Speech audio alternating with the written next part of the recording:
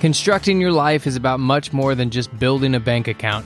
Each week, join real estate entrepreneur and mindset coach Austin Linney as he interviews guests who are constructing their dream lives and impacting the world around them on a daily basis. If you're an entrepreneur or wanting to start a business, or you just want to hear motivating stories of how others have overcome the odds, you are in the right place. And now for your host, Austin Linney.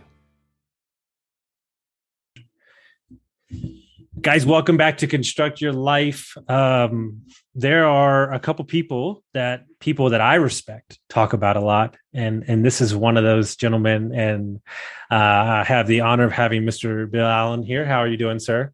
Good. How are you? I'm doing good, man. You know, we don't know each other. We just got to meet each other in true Austin Linney fashion. But you know, Adam and multiple people that I highly respect, who I've had on the podcast, talk about how much you've taught them. And I've listened to some of your podcasts, and I'm looking forward to reading the new book and all that stuff. So, you know, with my guests, I like them to kind of tell their story and start wherever they want to, and then we'll kind of go from there.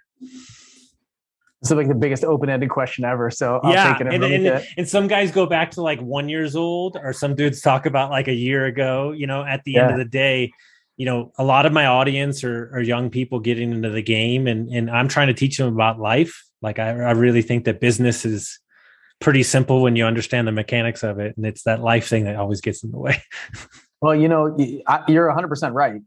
But it doesn't feel like that right away, right? When you start a business, it feels like this is the thing that I got to figure out.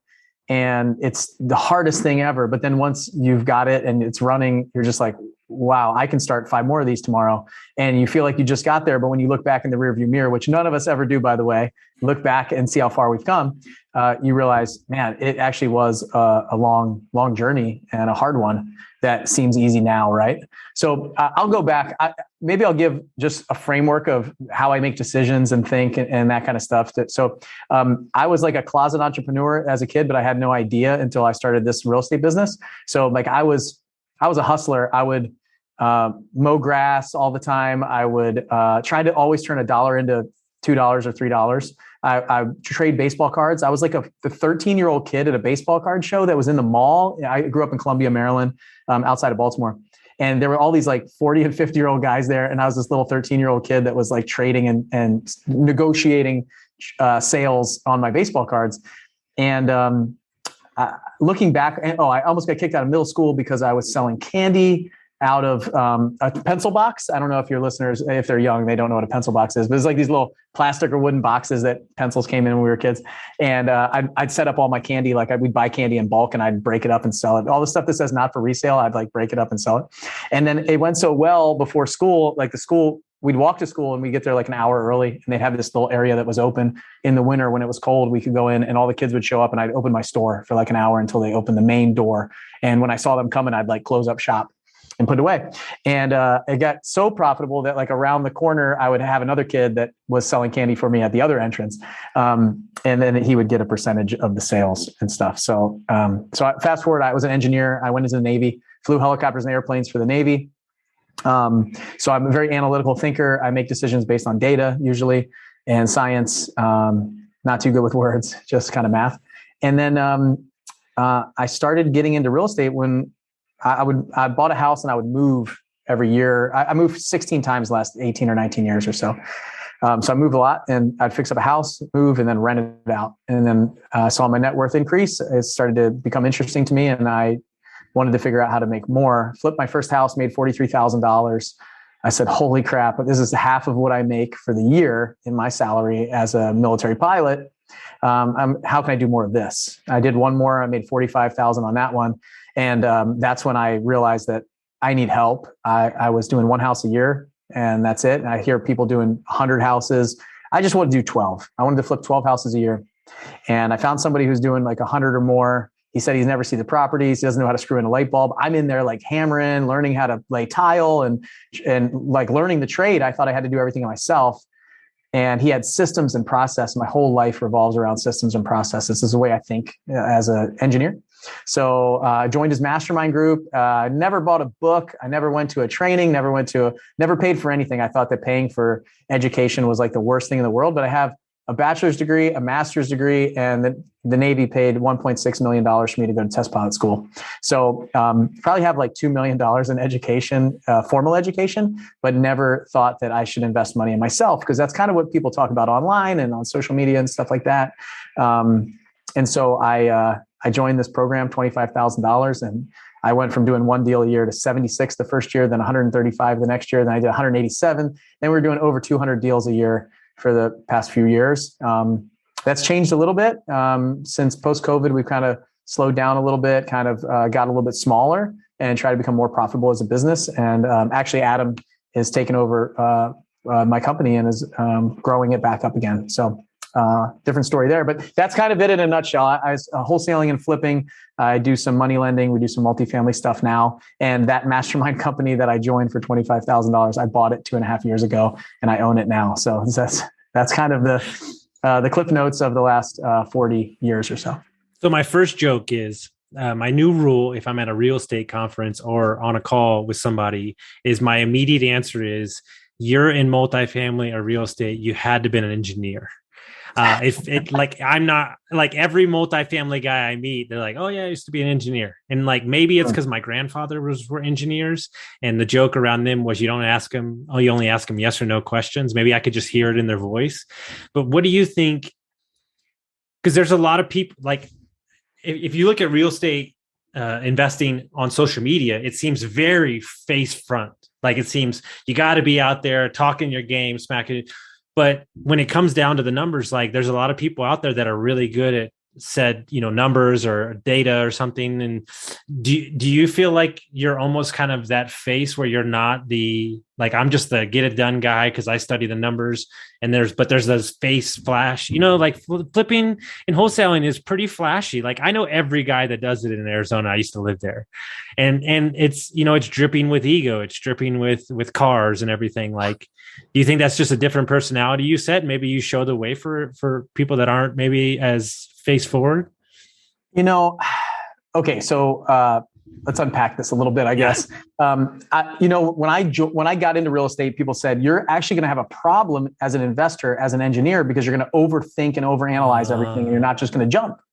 And so, they're right in the beginning. Like I was in this analysis paralysis that everybody talks about, like just overanalyzing everything, like what if ... But I don't think the what if actually comes from the engineering side. I think it comes from the human side, like actually who we are, as we don't want to fail. We don't want to be unloved. We don't want to be wrong. We don't want to, whatever, like we don't want to be accepted, all of that stuff. Like that's the human side of things. Everybody gets that, engineer or no engineer. So if we can get past that and just assume that we need to take a jump, we need to just go sometimes, and we don't need to know A through Z. We can just go from A to B to C to D. That will get us like halfway or more usually. Yeah. And so I squashed that with the engineering thing. I just started doing a bunch of deals and making money and putting myself out there. After some coaching and some pushing. It wasn't just like, oh, hey, somebody told me that, so I said, okay. And so if you're listening to this, like, no, you're going to need somebody to hold you accountable to all that stuff, because your self-doubt and the thoughts that creep into your head are the biggest problem. So the flashy stuff, I have a friend of mine that's in a mastermind group with me now. He said something to me. He said, I have more paying customers than Instagram followers. And it kind of made me laugh, because that's kind of, I think there's a lot of people that have no idea who I am, and that's okay. But I'll tell you, if you really want to get big and you want to be like a massive marketer and one of the best, you have to be polarizing. Mm-hmm. And that's the struggle. Like that's the struggle that I have. Like we want to become a bigger company. We want to get out there more. But I'm just not the most polarizing person. And so that's one of my problems. Like, love him or hate him, everybody pretty much knows who Grant Cardone is, right? Mm-hmm. He's in your face. He's flashy. He's polarizing. You either love him or hate him, but you know him. And the best, he said something. I was watching this Undercover Billionaire, which a lot of people probably saw. He said, best known beats best. And I wrote that down, and I was like, man, he's like, because we're building the best company. Like we have the best fulfillment. Like I will fight to make sure that our back-end product is the most amazing thing ever, like worth 10 times what people pay for it. And we built that up, and we didn't run a single ad for the last like 2.5 years because of it. We just spent time building that up. Where when I bought it, we were spending $80,000 a month on ads, and we were out there in your face, is all over the place. Right. And so once that happens though, you got to become best known somehow, because if you have the best product or the best thing, if nobody knows who you are, it doesn't matter. You will fail and you will lose. It doesn't matter if you're the number one product. If they can't find it, you're screwed. So I realize I'm like going around your question, but I'm trying to build some context into it. Awesome. I'm never going to be the guy who's like flashing like Rolls Royces and watches and stuff like that, and private planes. There's nothing wrong with that. I don't think. It's just not my style. And so what I've realized is what I want to try to do is I want to try to attract the people who would associate themselves. We could be friends, right? We have a lot in common. We have similar values and characteristics of who we are. And those are my potential customers, right? That's my avatar. Those are the people that I want to work with, and they want to work with me. So if I decided one day to just put Lamborghinis and Ferraris and things like that on social media, look, I will buy a Ferrari next year, maybe, if I want to drive a Ferrari. But that's not going to be the emphasis of who I am in my ads. It will be a part of me. Like I fly an airplane. I own an airplane. It's not a big, fancy, flashy airplane. I wish it was a G550, but it's not. I can't afford that right now. But I've been flying for 20 years. I love the airplane. If you follow me on social media, on Facebook or Instagram, you're going to see pictures of my airplane. But it's not me talking about, hey, I can help you buy an airplane. I can if that's where you want to go. But if you want to go somewhere else, we'll help you go somewhere else. So I think we attract who we are, like we get what we are. And so the people that are doing that stuff on social media is fine, but they're going to attract those kind of people. And if that's fine, like there's a place for everybody. It's so to answer your actual question, which was multifamily as engineers versus single family, there's plenty of like high integrity single family house flippers and wholesalers that are low key, that are just out there crushing it and nobody knows who they are. And I love it because they're probably part of our community. And the people that know who they are, the people that they're making an impact and difference in their lives, their communities, and giving back like in an insane way, and sharing my 5 core values. One of them being stewardship. Yeah. So. And I think one of the things that I see just from an outside point of view and looking at you just from a third party and not spending any time in your presence, like you are your brand.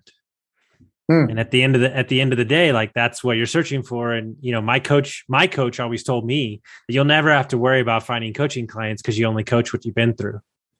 And the longevity of that brand is going to grow to, you know, what Seth Godin talks about, true fans. You know, everybody's out after all these followers, but that comment that your buddy made, I think is the greatest thing in the world. Like, and so, you know, what are your 5 core values? Because I think that values are everything. So they started with 4, and I'll tell a quick story. It's kind of what I like to do. So, and when we created these values, they spelled ship, SHIP, which was kind of strange because being a Navy guy, it kind of fit, but we didn't intend for that. So they're easy for me to remember. Stewardship is the first one. And it probably is important to get some context with them instead of just hearing them. So stewardship is like really, it's a biblical term, but you know, just being a good steward of everything that we do, everything that we touch. So our resources as a company, other people's time, like if I'm going to come on your podcast, I'm going to give you everything that I got. It's really important that we're good stewards. We leave places better than we've come. And then the people inside the company are being good stewards of the company resources and all the effort that we're putting in. We also give back a ton to whether it's financial to charities or our time. Then hard work. Hard work was a big one. My dad instilled that with me. It's not like just working long hours. It's actually being like really efficient and putting in that work that needs to happen to move the needle the direction that we need to go. Integrity. So doing the right thing when nobody's looking is the way that I would define this. Integrity is a huge part of me. I've had people that like you get my trust for free right away. You get my trust. But if you take advantage of me and lose it, like it's really hard to climb back from that.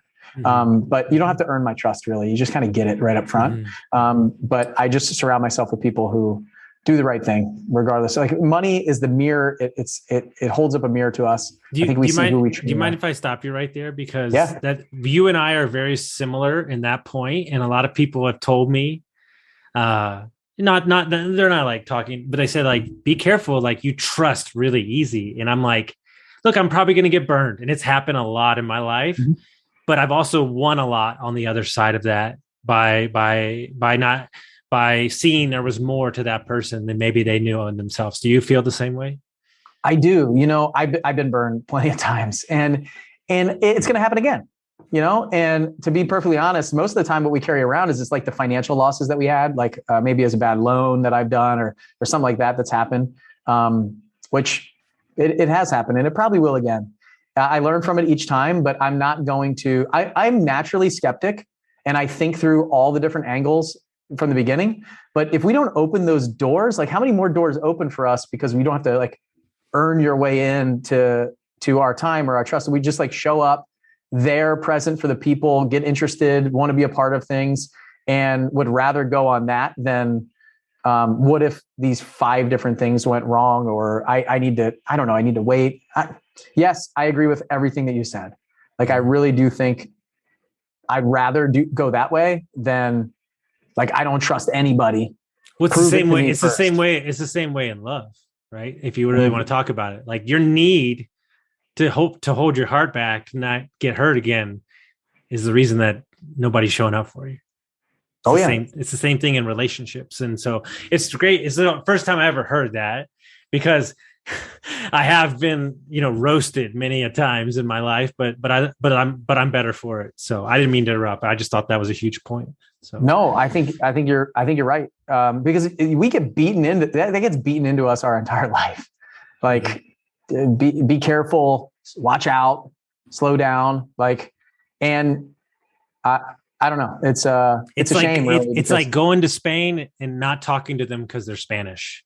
Like, I've heard that, like, oh, I'm over here. Like they're foreigners. No, you're in their country now. Yep. Like be open to the fact that, as adults, we lose that curiosity, fun, wonder. Oh, curiosity is a word. I just went to UPW, Tony Robbins event. And that curiosity was like just being open to something that's different. This is my first event that I've ever attended, like his full 4 days. And it was eye-opening for me just to get outside. That's not who I am. I don't jump around and dance and do all this stuff, but I said, like, what if I just, you know what I call it? Wading into deep waters.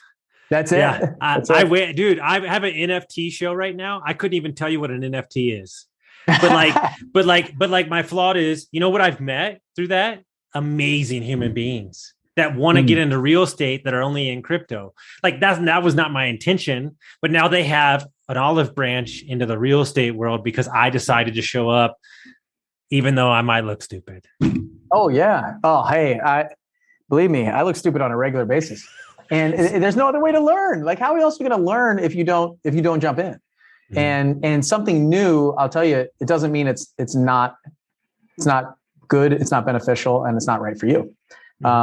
Last year, so I talked about this on my podcast. I did one called "I Almost Lost My Family," and I'm very open and honest, and it's not the highlight reel that people get. So I talked about how my wife asked me for a divorce last year, and we got to a really, really bad place, like a really low place. And I went to a wellness center where I said, look, if we're going to get through this, I want to go to this place. My friend told me about it. 3 days in a wellness center. It was yoga, cold water, warm water therapy, breathing, meditation. I'm a military guy. I'm in my 19th year in the Navy. I flew helicopters and airplanes for them. I dropped off Navy SEALs. We did all kinds of crazy stuff, right? And this was not a place where you talk about your feelings, right? That whole time. It's very much macho, a lot of bad language, a lot of sitting around talking about how awesome you are when you wear your flight suit. I'll tell you that. You guys have all seen Top Gun. That's kind of what it's like. So I go there and I see a totally different side of the universe, basically, of everything. And I still do cold showers, Wim Hof breathing techniques, ice baths, meditation, I don't do yoga, but I'm open to doing it. It just wasn't for me. But all of this stuff opened up a whole nother world that actually allowed me to connect with my wife at a deeper level. And that's a lot of the stuff that she's interested in. Me seeing that was very empowering. We're stronger than ever right now. We have an amazing relationship, and we're able to turn it around a lot because of that. So anyway, so that is like wading into deep waters and areas where you're uncomfortable is probably the place that you need to go to get where you belong. Let's say that, or where you're called to be. Like that might be the thing that's holding you back, is your unwillingness to do something. My favorite quote, George Bernard Shaw: "The single greatest problem with communication is the illusion that it's taken place." I love that. And that's most men. And one of the things I fight, because I coach a lot of 40-year-old ups, and they're successful, but their health or home life's in shambles, is they're turning around saying, "I'm doing this for you." And your kid and your wife are going, "We didn't ask you to." Yeah. And that's why this podcast exists, because no amount of money, and I commend you, and I actually listened to that episode. So thank you for being open. Because everybody wouldn't stop talking about that episode. It was everywhere. So I was like, I better find out who this guy is. And it was how I got introduced to you. But I didn't listen to you. It's so funny. We were talking about my mentor earlier and everything. I've had 390 conversations with him, spent days in cars with him. And we've probably talked about real estate twice. We talk about life, and I follow him because who he is as a dad and a father. And I know that the people that are in your program probably follow you for the same way. We thank you for the flipping advice and all that stuff, but we're more excited about who we are as a person. Well, I think that's it. What I found over the past few years is I thought it was about the tactics, the strategies, the techniques, all that stuff, but really without a foundation built on rock, right? It's talked about in the Bible with built on sand versus rock. It doesn't matter what we build. It's not powerful without that. And the thing that comes down to it all is there's plenty of people that are successful. So back to that, you can buy a car, great, but and for me it was. You talk about communication. You're right. She didn't feel seen. Right. And I thought exactly what you said. We made an agreement that I'm going to get in, do this real estate thing and start this business. And I'll be away from the family for a year, but then I'll be there all the time. And I'm here. I'm here 10 times more than every other dad in the neighborhood last year. And they go to work at 8 and they come back at 5 or 6. And I'm here working from the house every day. I'm here to pick up the kids. I make breakfast. I do all this stuff. She's like, "You're not here. You can't unplug. You can't figure out how to not have that." And the kids have to say her name a couple of times. And she would never say, "I don't feel seen," but that's what happened. Right. Mm-hmm. She just didn't feel like I was there. And we made this agreement, but then and that was for a year in 2014. And I just kept renewing the agreement every single year without checking back in, right? Without saying, "Hey, do you still want to go this direction? Do you still want to, are you still okay with me doing these things?" I fell in love with speaking, with podcasting, with creating a movement almost, right? And being significant to them and having love and connection there and having all the things that I needed. And then what I wasn't doing is I was treating the home life the same way, basically.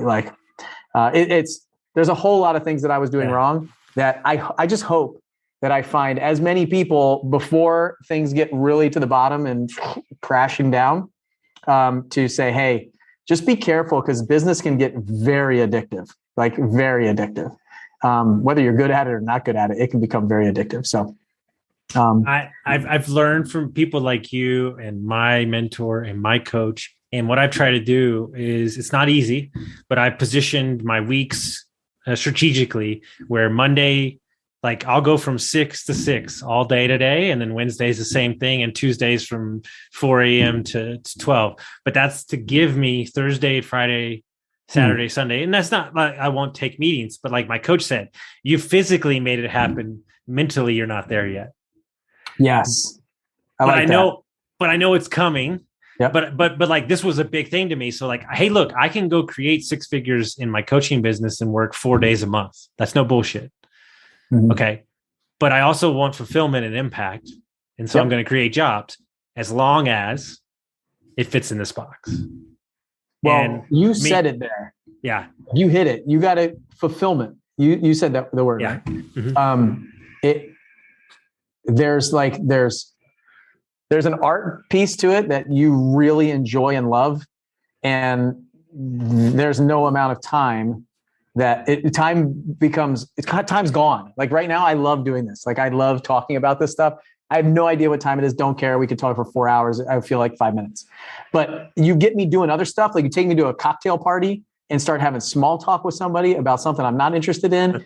That hour feels like a month. Right. And so it's interesting to see, because I don't feel like I work. Like I was interviewing somebody this past week and they're like, you do so much stuff. How do you get all that stuff accomplished? I was like, it actually doesn't feel that bad to me. Like I could actually do it. I don't even need to sleep when I'm doing some of this stuff. It just jacks me up. And so I think the piece that we have to understand is when we're working like that much in the business and then we come home to our family, we try to be that same person when we go home. And what I realize is I actually have to adjust and change. It's like the professional football player that has to go home and change a diaper. Yeah. Right. Well, you know what they're not talking about is I'm seeing happening with my best friends is they were getting that drive home from the office. And now he's negotiating $500 million deals with, the Exxon Mobil, and he walks out 2 feet and the kids are at his feet. Yep. And so you have to have like triggers or anchors or a song or something to switch your mood so you can kind of transition into a different, for lack of a better word, a different human being.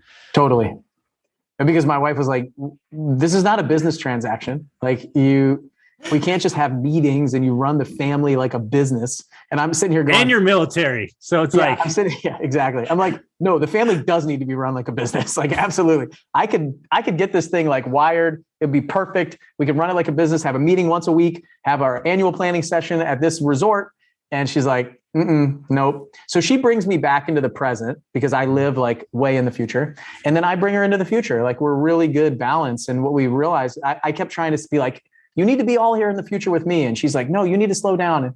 And just to understand that we give a great balance between each other is the key. So hopefully that's some pieces of advice for your listeners to talk through. So it's such good stuff because it's the stuff that matters. It's the stuff that one of the things that really, before I was even stopped drinking, universe, whatever you want to call it. I met a friend and she said, listen, I have no doubt that you're going to be successful. You're a fucking bulldog. Like you're going to do whatever you want to go do. But when you're on the top of that mountain, who's going to be standing next to you? Yep. And she called me a bloody knuckle climber. And I was like, done. I was like, oh, okay. Like, I was like, because it was the truth. And it was the first time I realized that the pain of my parents' divorce and all this stuff and all these addiction and homelessness and all this stuff is like, fuck you, kiss my ass. We're going to do it. But then what's going to be left? Like nobody. And it's that victim mentality. It's the, no, this is the way it's going to be. And ultimately like you 100%, like, because she is who she is, you are get to be who you want to be and vice versa and vice versa. And there was, probably she just wanted her husband back, like more than anything. I mean, if you're really just being honest, like, she probably would have given up a lot. You got lucky. I mean, totally. It's so awesome that you get to share that story and impact others, Yeah. And I have to remind I tell the story so often and I talk about it and think about it because I want to sit in that moment and remember what it was like and look in that rearview mirror, because there's times even like right now where things get tough, like, you got all like my family's coming, the holidays, all these things. You can fall back into a place of not really like appreciating that other person or appreciating all the work that you've done over the last year and be like, I'm sure there's something better. There's something else out there. There's other things like, and just say, no, like you went through the thick of it to get to this amazing place. Keep it amazing. And it's up to you. Like one person can change a relationship. One person can change a business. One person can change anything. Like how we show up is the important key. And so you're right. Like I did get lucky. And but I mean, I could have just easily just quit and walked away. I think like staying is the hard part. Like most, and I have like, there's no problem. Anybody out there who's been divorced, is gone through this and said, screw this, it's not for me. I by no means am judging anybody on what happened. I don't know your story, don't know what happened. It may have been the best decision that you could have possibly made. But for me, I knew this was the best thing for me. And it's the best thing for, the one thing that at that wellness center that we talked about is if we're staying because I need her or she needs me, it's the wrong thing. Like we both had to say, I want you. We had to look at each other and say, I want to be with you. I don't need to be here. We both knew we didn't need each other, regardless of how many kids we have or what the structure looks like financially, anything. But we want each other. And if we go through every single day like that, like I want to be here, I want you, show up differently. So, game changer. Yeah. No, it's my eternal argument that everybody thinks they don't have a choice. Meaning, hey, dude, stop being a grump. Stop complaining. If you don't want to do the job, don't do the job. If you don't want to be in the relationship, don't be in the relationship. Yep. If you're sitting on the sidelines 5 years waiting to buy a property, like let's just be real with ourselves. Yep. Get over yourself. Like, it's like, but we're walking around complaining, bitching, moaning, saying we don't have a choice. Like my favorite line ever in a podcast was Aubrey Marcus says, "You could not eat and you would die, but it's still your choice." And it's like, it's the truth. Like, it's like we're acting around like we don't have a choice, but I would imagine you flip so many properties in your career and you still do it to this day. But I bet you when somebody comes to your group and they get their first deal or they make a quarter of what they made in a year, I bet there's no better feeling for you. Oh, totally. We give these, so when I bought the company, we created these awards. And so I don't have one. I'm a military guy. So we have coins. I'm sure there's one somewhere around here. We have military challenge coins. So we created these challenge coins and we have a first deal coin. We have a liftoff coin, which is getting from our runway group to our altitude group. So doing like $200,000 a year or 10 to 12 deals a year. And then we have the 7-figure club coin, first make $1 million in a year. And then we have this freedom coin that people can find financial freedom, time freedom, or impact freedom. And they apply for those. So at our event, I get to give out these awards. And in the coin, we give a coin, like I get to shake their hand like we did in the military. And then we also create these like huge plaques that have the coins and a bunch of other images and stuff on them. And honestly, there's not and people that come to our events are probably like, man, there's like 20 minutes of awards at this place where we're recognizing the people inside of our mastermind group that have achieved these things. And it's for them, it's for all the people around them. But honestly, like part of it is for me too. Like it is just so amazing to see that. We had a post recently. A guy said, I've spent 3 years in analysis paralysis, not just trying to figure it out. I went to Flip Hacking Live. I joined the Runway program. I had one coaching call on Friday. I made an offer on Monday. I got accepted. I got my first deal. I was like, holy crap. Like that was it. That one post made it like, that'll give me a year of fuel to like work twice as hard over the next year, just from remembering that. And I screenshotted it, put it up on my personal page. So next year I get reminded of that. So Facebook does do a good job of reminding me all that stuff. So you're right. That's it. And I think any coach and trainer will tell you that's it. Like that's the fulfilling piece of it. And it's a lot less about what you do at that point. Once you get a taste of that, it's game over. And that's why so many people, I think, get into coaching and training and mentorship and things like that. Once they become successful, kind of walk the path and they're like, let me see if I can coach, because all of the things that you do to get you where you go might not work for other people. Like it doesn't actually become a system and a full on like principle until you can do it for hundreds and hundreds and hundreds of other people. And when I say do it for them, it's completely inaccurate. It's like walking that mountain you're talking about of like bloody knuckle climbing. It's like climbing that mountain with them. using those principles. So that's the interesting part. And not all great players are great coaches either. So yeah, and vice versa. No, and I saw your face light up, and it's so great. What do you think? Because I deal with this on a daily basis. What do you think is the difference between the people that you've seen fly through your course and scale and the ones that just kind of sit in neutral? This is such a great question, because that's the science, right? The science of achievement that Tony actually talks about, which I love. This achievement piece is like, you got to go take action, like go out there and actually like get out of your head, believe in yourself. The belief piece is what needs to change. Like, you've got to change your beliefs. You mentioned something about a divorce in your past and like framing and shaping who you are. I gave a presentation at one of our events. It's my favorite one I've ever done. It's called like the Hero's Two Journeys is a concept. Joseph Campbell wrote a book called The Hero with 1,000 Faces, like a long time ago. If you look at any movie or anything like that, it goes through this Hero's Two Journeys where you have this outer journey, inner journey. And a lot of our identity is shaped by the fears and problems in our past, like the wounds that we carry around. So if we can strip all of that and live in our essence, we can actually go to the place that we're called and we need to go. We usually can't see it or identify it until we go down the path. But all of that comes back to the belief. Like, we need to change our belief system. And so that's another step. So taking action, changing our beliefs. But ultimately, I think the biggest thing that most people miss is you pay to join a program. You pay to buy a course. You pay somebody else who has the results that you want. Other people around them are getting the same results that you want, and you see them do that. So just listen to them.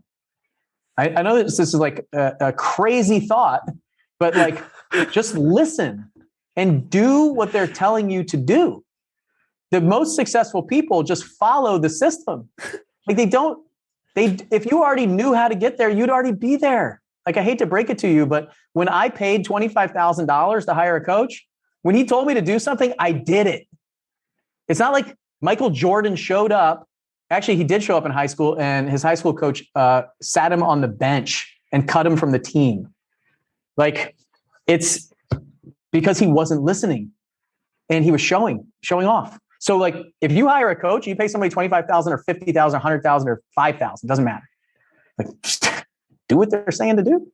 Like, stop questioning it and do it. Have some faith, and then iterate that over time. See how, calculate, check the results. So many people come in and they're just like, I'm not going to do that. I'm going to do this way. It's like, okay, dude, the results you're getting are based on the system that you're putting into practice. So I know it's crazy, but just listen to what your coach says, do it. And that's the successful people actually do that. And eventually it's this thermostat concept. It'll change your thermostat. Your thermostat has a setting right now. And the amount of money that you make too much money, you start self-sabotaging yourself. So just keep changing that over time. Like right now, like I never want to make less than $1 million a year. $1 million a year. Like, remember when I made $43,000 on that house flip? Like, 8 years ago, as half my salary is like amazing. I want to make $1 million in my lifetime. I just changed my thermostat. Ed Milet was speaking to the GoBundance guys, and all these dudes are 5, 10, 100, 30 million, like big players, like 170 of them. And he starts out the talk. He says, "Yeah, every one of you are successful compared to who? Not compared to me." And, and at the end of the day, by the way, you're listen to your coach. I'm just going to clip that clip and just play it every day for my clients, because it's so important. One of my favorite books was Psychology of Money by Morgan Housel. And he talks about the reason that you're not successful is because your ego needs the credit. Totally. Like, and it's like, dude, just like, and what I tell everybody is this: you don't have any business problems. Business problems don't exist. It's only a personal problem wrapped up in business. Totally. And so at the end of the day, like I've only flipped one house before, but I sure as hell am going to listen to Bill if I go flip some houses, you know? And then but that's not what they do. They walk in strutting, like, you spent the money. It's like, my friend always tells me, because I have a hard time with this sometimes.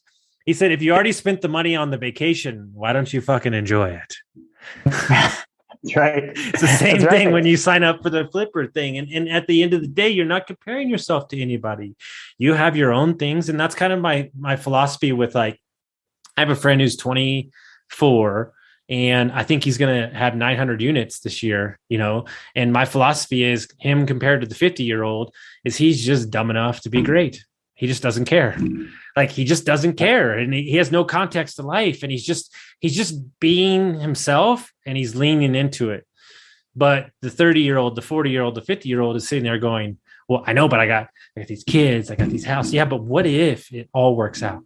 Like what if, and one of the things that I want to talk to you about that I bet you see a million times, this is my new thing I'm on. It's very hard to switch from a worker mentality to the CEO of your own life. I think that transition is very hard. Do you see that too? Yes. Like yeah. But hey, before I answer that, you said Sure. something that I think is really important. Yeah. You said, what if it works out? Mm-hmm. So, and I want to make sure that anybody that's listening doesn't miss that, because most of the time when people come to us, they're like, well, what if it doesn't work? What if I don't get what I'm supposed to get? What if there's not enough value in there for what I'm paying? Like they're asking like all the wrong questions. Like, what if it works? Like answer that first and think about what your life would be like if it does. And like, I just spent $150,000 a year on a mastermind. I paid $150,000. So if that gives some context to anybody, like I practice what I preach. Okay. Practice what I preach. And you're right. Like I paid 150 grand. And the second that I did it in 3 seconds, my decision-making process was so fast. It's another thing that I think people that are successful in our programs and anywhere, they make decisions quickly with the information that they have based on the results that they think they may get. Not that they know they will get. They think they look at it and they go, I'll decide. And then I'll make adjustments, make tweaks over time. But in all of that, I was like, I'm not like, what am I going to get? What's it going to be? Like, what if it works? Like, what if the people that I'm in the room with change my life? What if they change my business? What if one item, and granted, I run a couple multi-million-dollar companies, so a 5 or 10% tweak pays for that, right? It's not like I have a $50,000 a year company. I'm paying 150 grand for a mastermind. But what if it works? What if it works? So, well, you know what? Hold on. Your mentality there in that moment is actually predicated on you will get value from it because that's the way you're viewing it. Totally. But I mean, that guy also built massive value with me ahead of time where I can make a decision that fast. Like he has given so, like, you know, when people give you so much value for free, you're just like, I feel like I call it social capital. I like to spread it all out. Do you know who Kyle Cease is?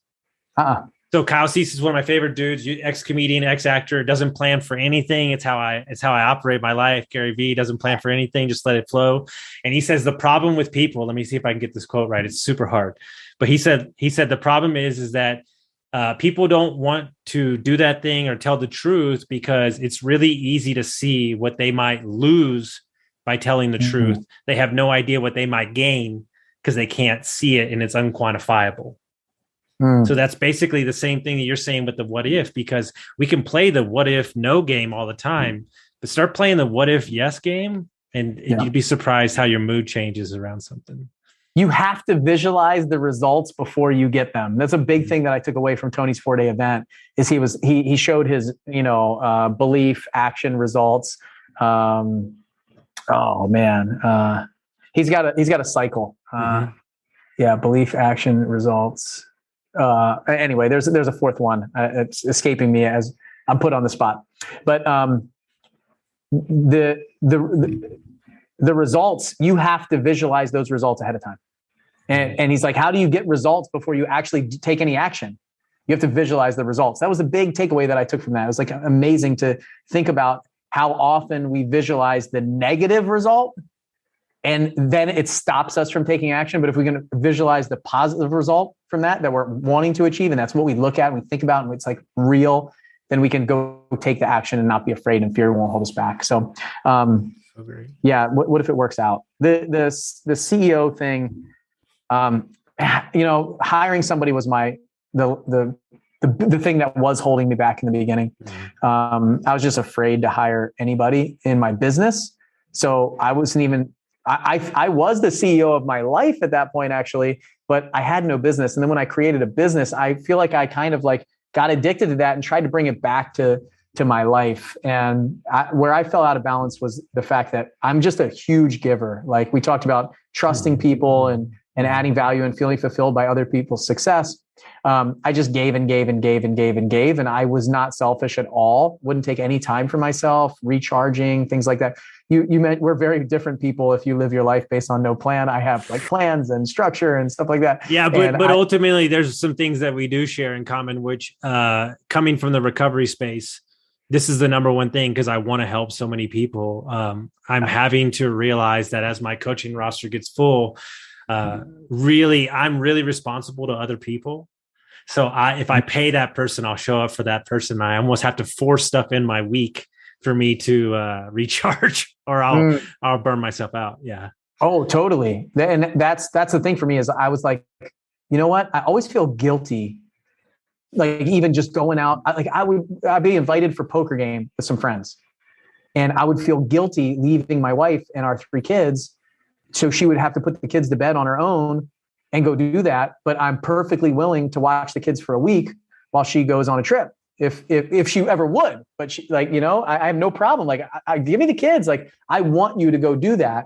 And and I'm almost like projecting that on her. Like I'm the one that's creating the guilt, but it's her fault because she's making me feel that way. And she wasn't even really making me feel guilty. I just felt guilty. And so a lot of it was the fact that I was this like Labrador, right? Just a totally like follow you around, take care of everybody else's needs but my own. And so that manifested into me realizing that, talking through it with my wife, Lucy, and saying, hey, these are what I want. This is what I want to do. Went on a guy's ski trip with a buddy of mine from my fraternity in college. This Friday, I have some friends flying in. We're going to fly down to Key West and go fishing for 8 days, four guys fishing for 8 days offshore Key West. It'll be awesome. And I haven't done that in like 10 years. I've been offshore fishing, and I used to go every single year before we got married. So like knowing that and I'm going to come back like a powerhouse in business and in life. Oh, yeah. Like I'll just come back refreshed. I'm turning the phone off. The computer's off. Like, sorry, you can't get me for 8 days. So permission. Yeah. Yes. That word, man. It's like, I just say it and my body chills because, when you're, I tell everybody I could quit my entire career and only study one subject for the rest of my life for the next 60 years and be full with work. Entrepreneurs believe that if I turn off my flame, I can't turn it back on. No, I mean, just saying it makes me feel it inside. Yeah, I'm telling you that thing.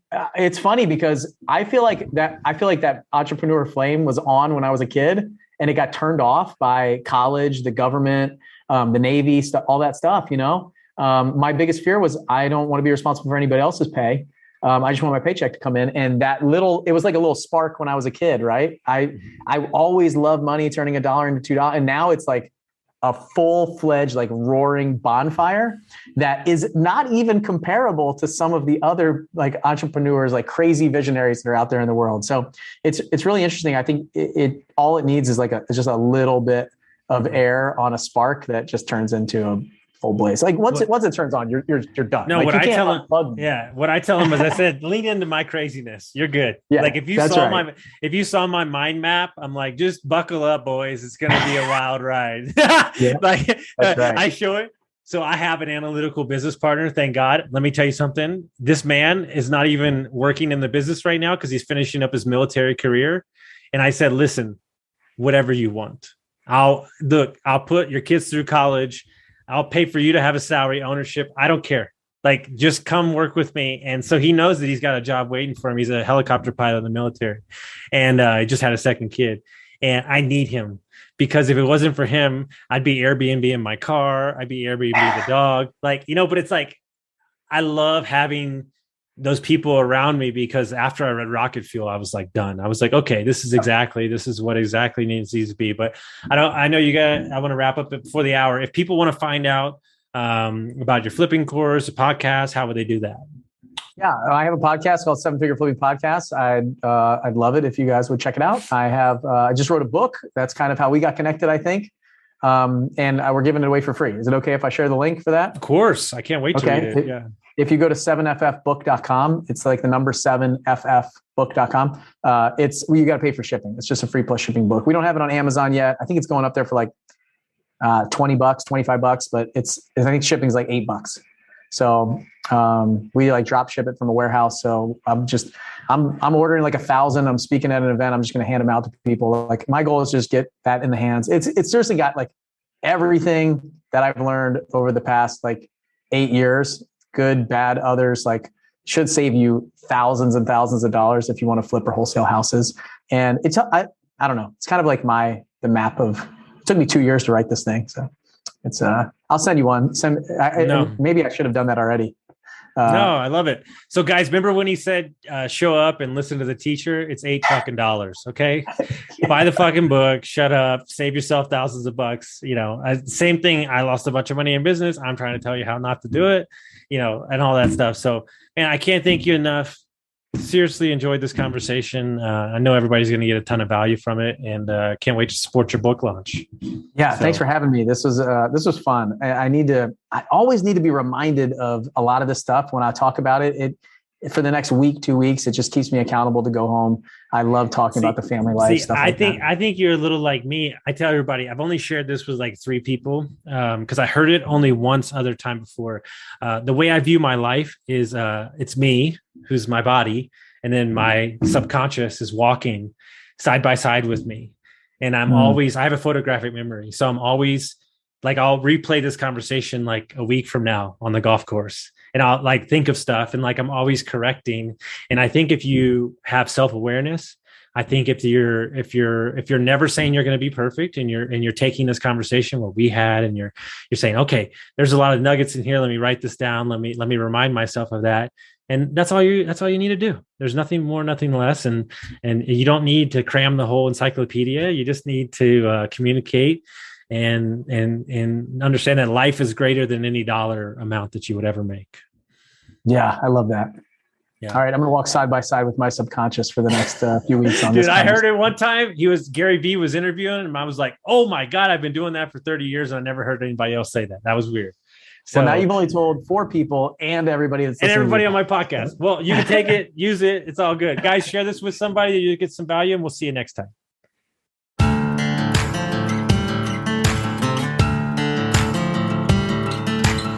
Thank you for listening to Construct Your Life with Austin Linney. If you enjoyed this episode, be sure to rate, review, subscribe, and pay it forward by sharing with a friend. Most importantly, take this opportunity to start constructing your life by taking immediate action on what you learned. For show notes, resources, and more information on one-on-one coaching with Austin, visit constructyourlifepodcast.com.